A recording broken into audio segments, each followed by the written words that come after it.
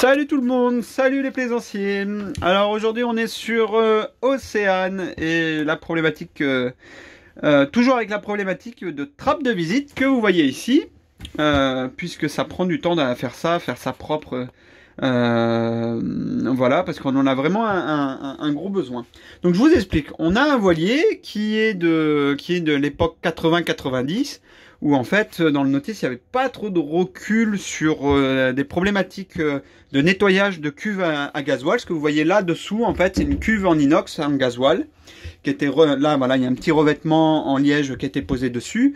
Ça c'est juste je pense pour la partie thermique, parce que dessus il y a le lit, hein. Ici on est dans une cabine à l'arrière du bateau, et dans les années 80-90 les bateaux n'avaient pas de trappe de visite, il n'y avait pas besoin de ça puisque le gasoil était beaucoup plus pur que de nos jours. Maintenant on va dire qu'il est synthétisé, il est un peu plus comment on peut dire ça, biochimique je dirais, un peu plus mélangé avec quelques petites autres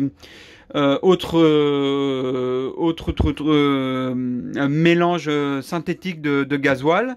Voilà, c'est les nouvelles normes, machin et tout. Et puis ça c'est un coup, ça permet d'avoir pour le même litrage de gasoil, avoir le même avoir un peu moins de pureté de gasoil, voilà. Et du coup, ben, dans les années, ce qui se passe, c'est qu'on retrouve de la mélasse qui va stagner à l'intérieur, là-dedans, dans ce bac. De la mélasse mélangée avec de la fibre. Vous imaginez de la fibre avec des algues, avec du mazout, enfin, on appelle pas ça du mazout, un espèce de caramel, voilà, qui vient se coller à l'intérieur.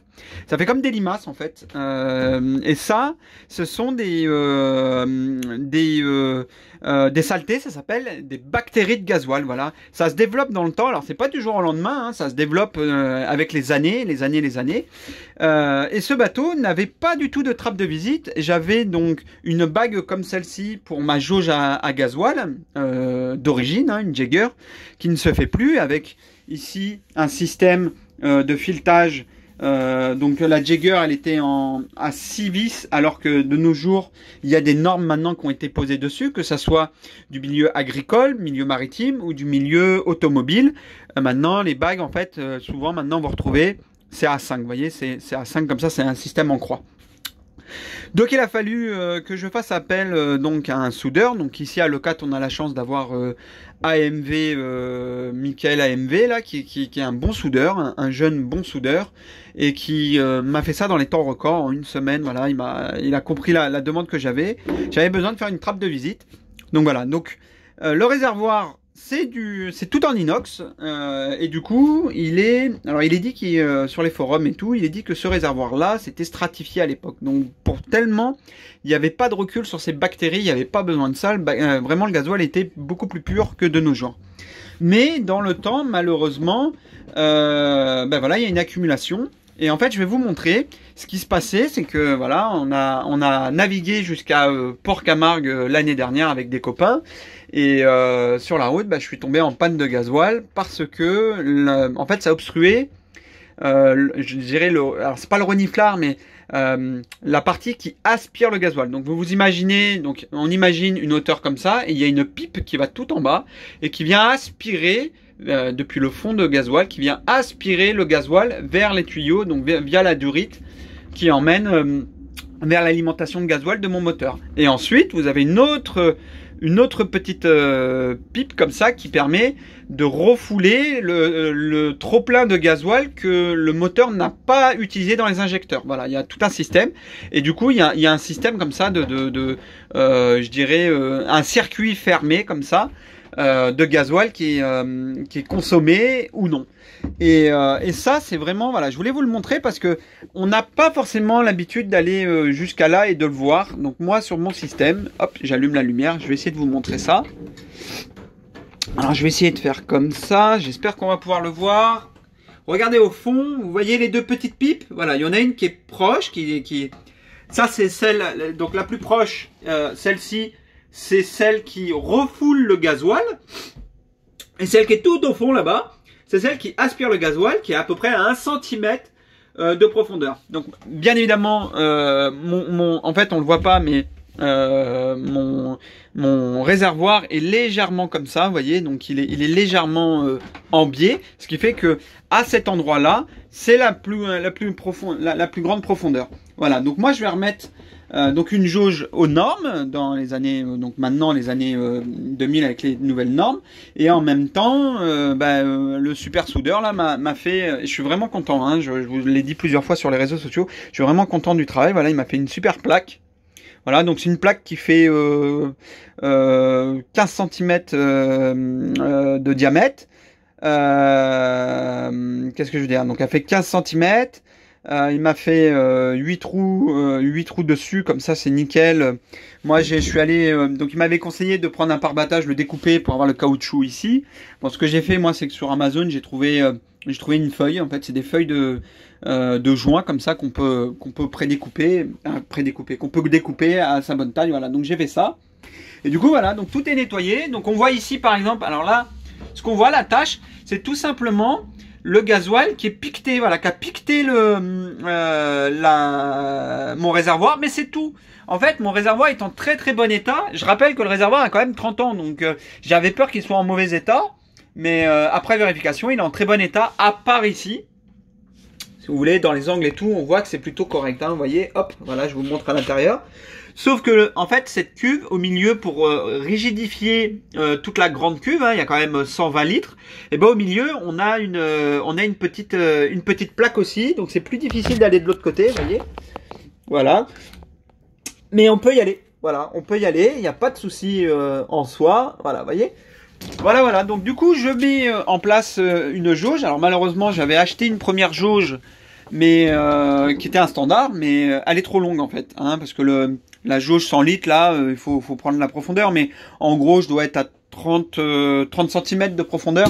Donc en gros, ce que je vais faire, c'est que je vais prendre une jauge comme ça, voilà. Voilà la petite jauge, avec un système de flotteur qui se met ici. Et alors ça va être celui-ci, voilà. Et c'est lui qui va, suivant la hauteur, en fait, là vous avez une résistance variable. Hein, c'est une petite résistance variable à cet endroit-là, vous voyez, hop, hop. Et cette résistance variable, et bien tout simplement, va faire que ça va monter ou descendre et ça va m'indiquer avec l'afficheur directement. Donc j'ai juste un petit câble à mettre, un plus et un moins. Voilà, vous voyez, voilà, que je vais refaire parce que du coup il est un peu abîmé aussi. Bon, c'est pareil, ça a 30 ans, hein, on le voit ici, vous voyez, hop, là c'est un peu déchiré, là c'est déchiré, là aussi, je sais plus où, là aussi, voilà, là on voit que c'est un peu déchiré aussi. Donc tout ça, ça me va pas, je refais ça au propre, on remonte tout ça et c'est bon, on a notre trappe de visite qui est nickel de chez nickel. Avec une bonne étanchéité, et maintenant on va être tranquille quand on va pouvoir faire du moteur, parce qu'on fait beaucoup de moteurs en Méditerranée, hein, je le dis et je le redis à chaque fois, même si il y a le rêve de pousser par le vent en continu dans nos têtes. Malheureusement en Méditerranée, bah, c'est que 30% du temps, voire 40% du temps. Le reste du temps, on est au moteur, on est obligé de bouffer des heures de moteur. Donc du coup, c'est important d'avoir une visibilité sur qu'est-ce qu'il nous reste en consommation, qu'est-ce qu'on consomme en gasoil et qu'est-ce qu'il nous reste dessus. Voilà, petite vidéo pour terminer ça. Donc après, pour remonter, eh ben, donc avec les écroutes de 13 là, et les petites vis, ça va être du M8. On visse en étoilé, hein, système étoilé pour bien étanchéfier ça. Et voilà, on a notre petite trappe qui est finie. Enfin, ça va être une histoire terminée après 4 à 5 semaines de teasing sur les réseaux sociaux où je vous envoie à chaque fois les avancées. Je vous mets des photos de tout ça parce que mine de rien c'est